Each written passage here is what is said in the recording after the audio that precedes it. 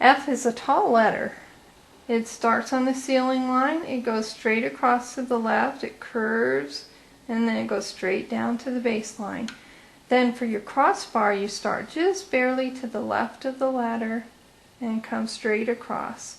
You want to make sure your crossbar is no longer than your beginning point of your F.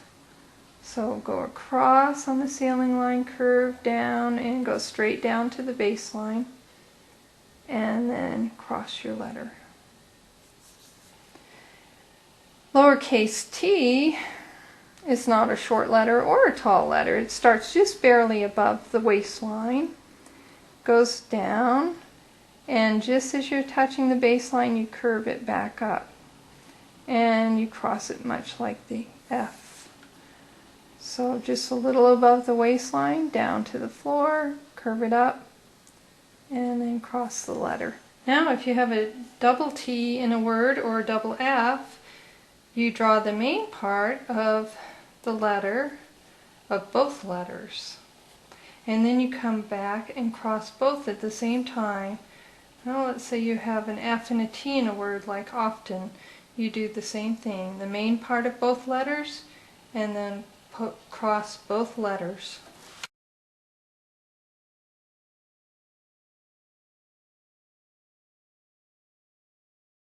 Lowercase a. This is a one-stroke letter. It's important to do a good A because you will use this in several other letters. We start in the waistline, go straight across to the left, curve it down, go straight down to the baseline, curve it around up to the branching point, then go straight up and straight back down. You want to try to have a little space here. You don't want your letter to get too fat. Across, down, touch the baseline, back up, and back down.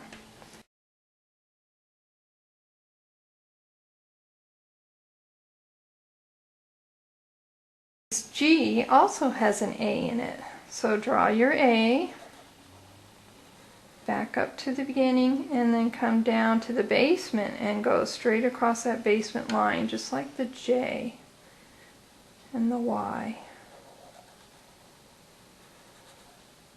Go down to the basement and follow that basement line.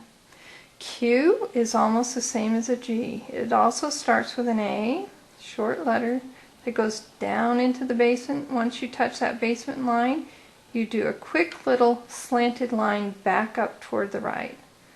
So draw an A, go down to the basement, and slant back up.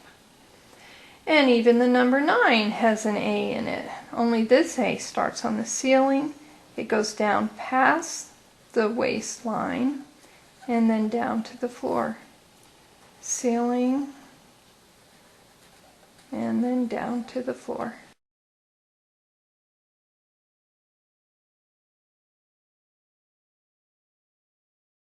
An O starts on the waistline. O's in italic are ovals. They're not big fat round circles, but more oval.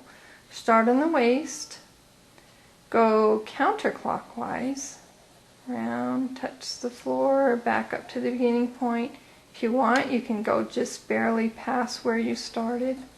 You do not want a gap at the top of your O. Lowercase e is a two-stroke letter. It starts on the waistline, much like the O, comes down, touches the baseline and around, and then you start at the beginning point again and pull a curve in that ends at the branching line where the branching line hits the main part of the E.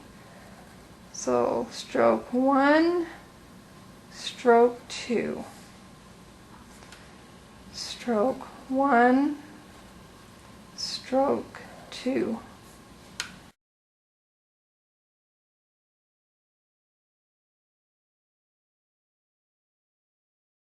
Lowercase c is a short letter. It's similar to writing an A because it goes straight across, but then it's a little more rounded like an O.